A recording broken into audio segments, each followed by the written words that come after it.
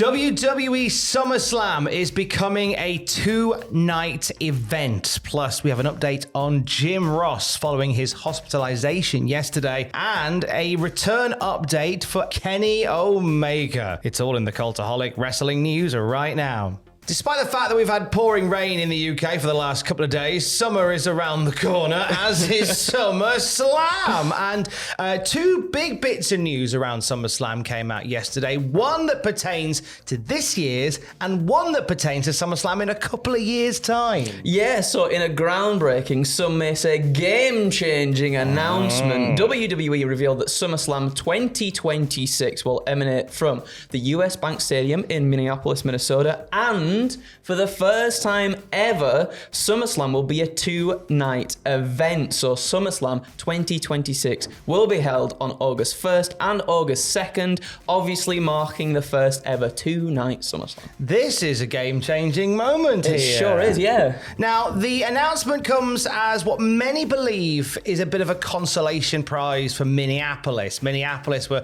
fast and hard in the running for WrestleMania next year, and it looked all but a done deal for Minneapolis until Las Vegas got announced quite late in the day. So there's a school of thought that says, look, we didn't get you WrestleMania for two nights, so how about we give you two nights of SummerSlam in a couple of years' time? So that's kind of where that's come from. Wendy Blackshaw is the president and CEO of Minnesota Sports and Events, and she says, we will make this summertime wrestling extravaganza accessible for fans of all ages through a variety of festivities and ancillary events in the Twin Cities and affordable tickets to the main event at US Bank Stadium. This will be a SummerSlam for all.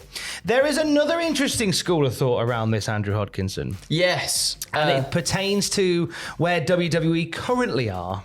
Yes, yeah, absolutely. So there was more than one SummerSlam themed announcement, right, yesterday. So Triple H revealed in a Q&A in Saudi Arabia that the winners of the King and Queen of the Ring tournaments will receive a WWE or World title opportunity at SummerSlam 2024.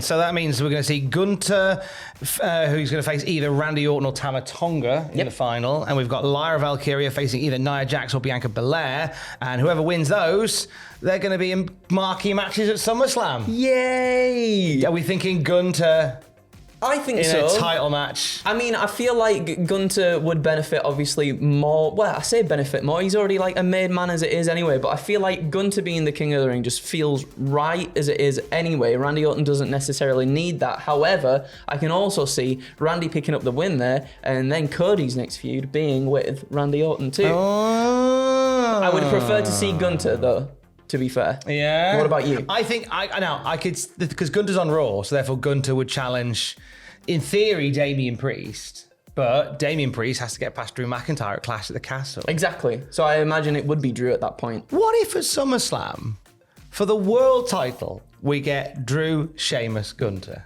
Oh. We run it back. Oh, hello. Be all right, wouldn't it? I would not mind that in the slightest. That would be very cool. In a time where like world titles have had sort of long reigns attached to them, there is an element that we might see shorter runs with the world title. But if that has to pan out, that means that Damian Priest has to lose the belt next month, and then Drew goes on to SummerSlam to face Gunther, where possibly Gunther could even win the world title. Oh, yeah, because ahead of Bash in Berlin. Because then there's obviously everything with CM Punk as well and Drew McIntyre. Does that necessarily need the belt? Some may say yes, some may say no. It's a bit more personal, I feel like, but CM Punk did make Drew McIntyre lose that championship. So I guess in storyline, to me, it makes more sense if the belt was on the line. There's just a lot of stuff. There's a lot of stuff. But, however, coming out of this, it's really cool to see that the King and the Queen of the Ring actually means something again. I'm with that. I always thought that the winner of the King of the Ring should get a shot at SummerSlam. I feel like that's a really obvious thing to do, and they've gone back to doing it. It takes place this weekend in the Kingdom of Saudi Arabia. Interestingly, when it comes back to the announcement regarding SummerSlam 2026, there was a school of thought I saw online that suggested, well, they're doing this this two-night SummerSlam in Minneapolis, is that because that year WrestleMania is going to Saudi Arabia? And it's a way of doing a marquee two-night event in the US. In the US? Oh, that's a good shout. Only saying that because recently there's been a lot of conversations about WWE extending and enhancing their deal with Saudi Arabia, and there were conversations about bringing either and or the Royal Rumble and or WrestleMania to Saudi Arabia. Maybe that's the year you do it and you placate fans who aren't in Saudi Arabia by doing a two-night SummerSlam instead.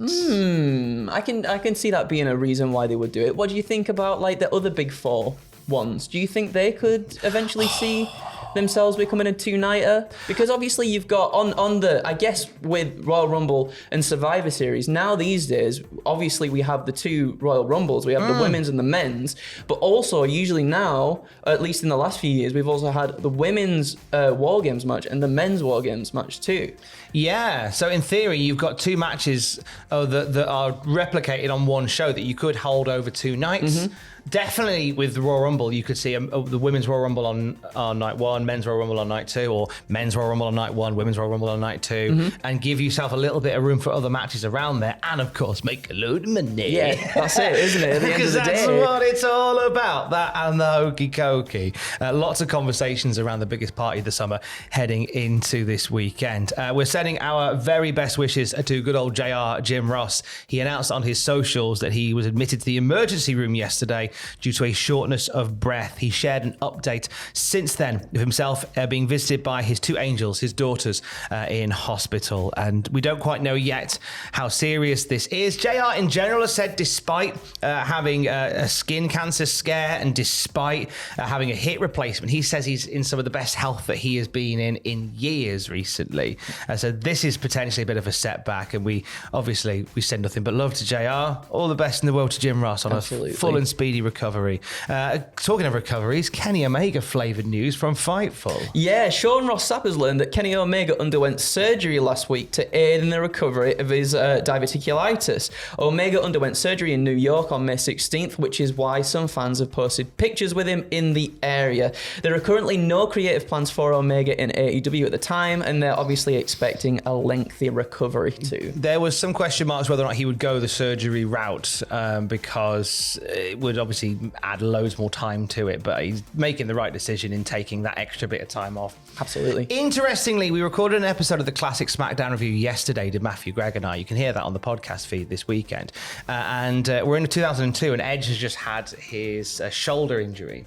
He's since talked about that shoulder injury and said that because he rushed to get back, it led to another injury. Yes. And because he rushed to get back from that and he didn't want to miss any ring time, he learned how to fall differently to protect it. Consequently, it put pressure on his neck and it led to a massive gap in his career. Yeah. And he said, he says, and he's even said now when I speak to talent, I say, look, take the long route to recovery. Don't rush through it. Get yourself right. And I feel like this is Kenny Omega doing it and getting himself right by having the operation, having the surgery, and then just taking whatever time is needed to get fully right, because we want him around for a long time, don't we? I mean, that's it at the end of the day, isn't it? I'd rather him be gone for a lengthy amount of time and him come back at least, 100%, if not even more than that, and recover from what he's going through at the moment. So yeah, 1,000%. I just think there's no need to rush it, because then there always does feel like there's the risk of, something else pops up in you rushing back to do something. So yeah. Big love to the cleaner. Yes. We'll see you in a bit. And we'll see you this weekend. It is a double whammy of wrestling-based stuff at Cultaholic. We have King and Queen of the Ring with this gorgeous young man and Adam Pacitti tomorrow. Oh, yeah. Naughty boy. You can see us over at youtube.com/cultaholic/live. It's also,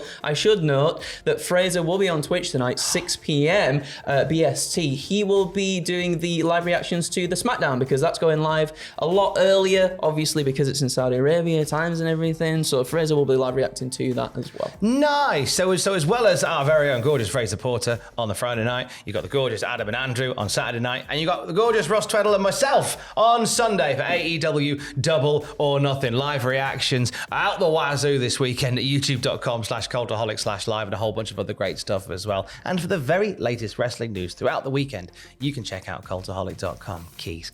I love you, bye.